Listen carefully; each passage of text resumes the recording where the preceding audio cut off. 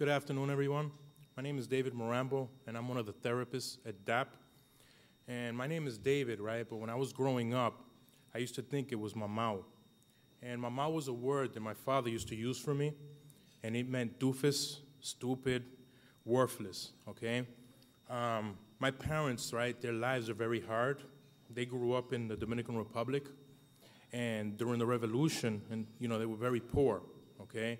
And I had a sister that was born before me that I never met that died because of my parents' poverty level. They didn't have any money to be able to buy them buy my sister medication, okay?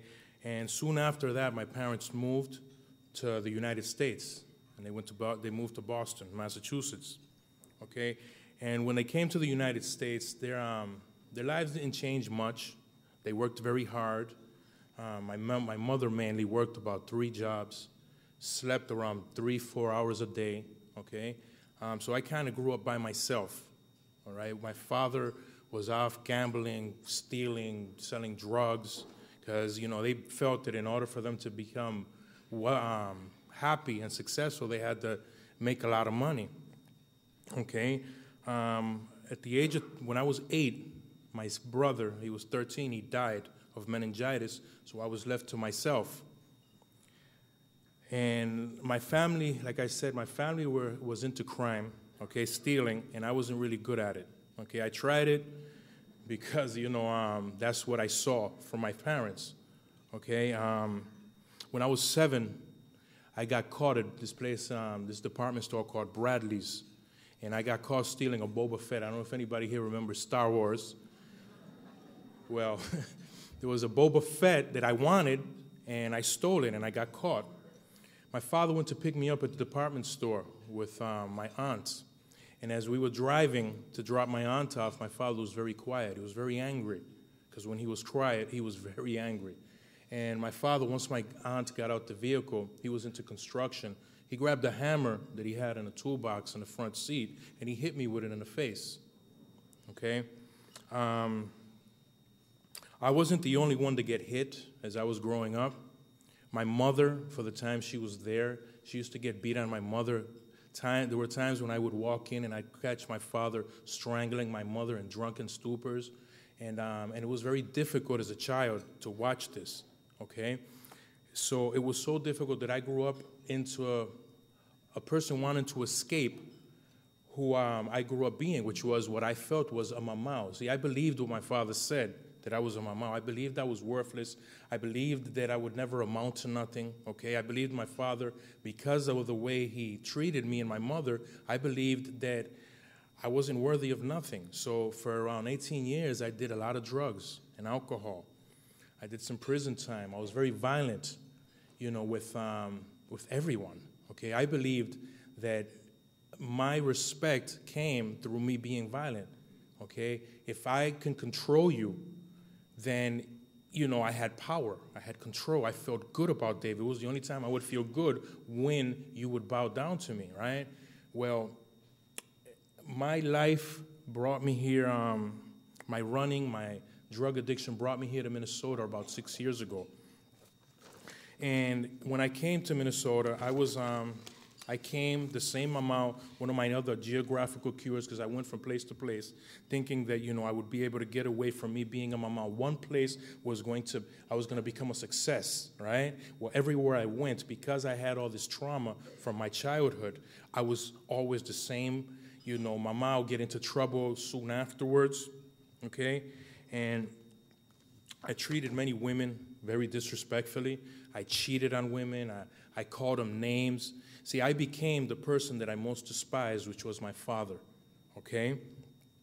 I tried suicide numerous times, and one of the times that I tried suicide, I ate a box of decant rat poison. It was February 3rd, 2002. I remember because the Patriots were playing in the Super Bowl, and I heard people celebrating from far away.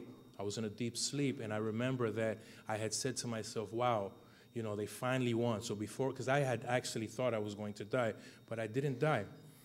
And my next attempt was here when I came to Minnesota on March 5th, 2003, I took 17 Valiums and Percocets with a half a liter of vodka, and I wrote a suicide letter saying goodbye to everybody because I didn't want to be the person that I was. I wanted to be good. And I didn't feel that I was good. I didn't feel I was worthy. I felt I was a Mirambeaux. That name haunted me for years, okay? I made a decision on April 12th, 2003, because I didn't die on April 5th, as you can see, right? And my decision was I was going to use, I don't know how it came to be, but I was watching a program about Sigmund Freud. And Sigmund Freud, I didn't know he had been a drug addict. And I found out that he was a drug addict watching his program while I was sitting down contemplating how I'm going to end my life. And I said to myself, well, if this gentleman that had everything that people call success, he was a book writer, he had money, he had everything that I perceived to be success, and he had a problem with drugs, then maybe my, what I think is success isn't pretty, accurate. So from that point on April 12, 2003, I made a decision to turn my life over to helping people. I was going to use my experiences growing up with my father, my experiences on the streets, my experiences with drugs. I was going to use them to help people, okay? And this year, at the beginning of the year, I started working at DAP, where I get that opportunity, and I actually have one of the most awesome jobs. I get to work with Latinos at the Umbria program, right? The DAP has a program for Latinos called Umbria, and I get to be the therapist, right, for this program where I get to teach people that don't believe that they can change the way they are. I show them out of experience that you can change, okay?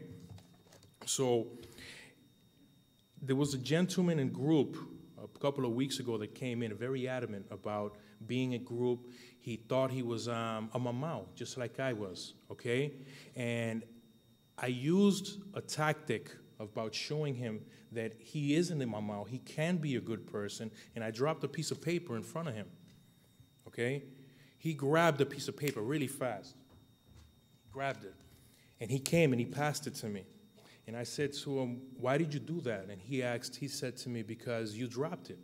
And he had told me soon before that he was that he would never be good. And I told him, by you picking that piece of paper up and passing it to me, you are a good person, okay? You have goodness in you, but here at DAP, what we're going to try to do, we're going to try to help you realize and develop that goodness that you have in you, okay? And for the second half of the group, because this happened all during our intermission, our break, our 15-minute break, right? The second half of the group, I looked over at the gentleman again, all right? And his face this time, he was calm. He was just writing. He was writing and writing. Before the first half, he wasn't doing nothing. He was sitting adamant, arms crossed, right? In the second half, he was writing. And I just wanted to let you know this is how change begins, and this is what we do at DAP. So thank you for letting me share with you.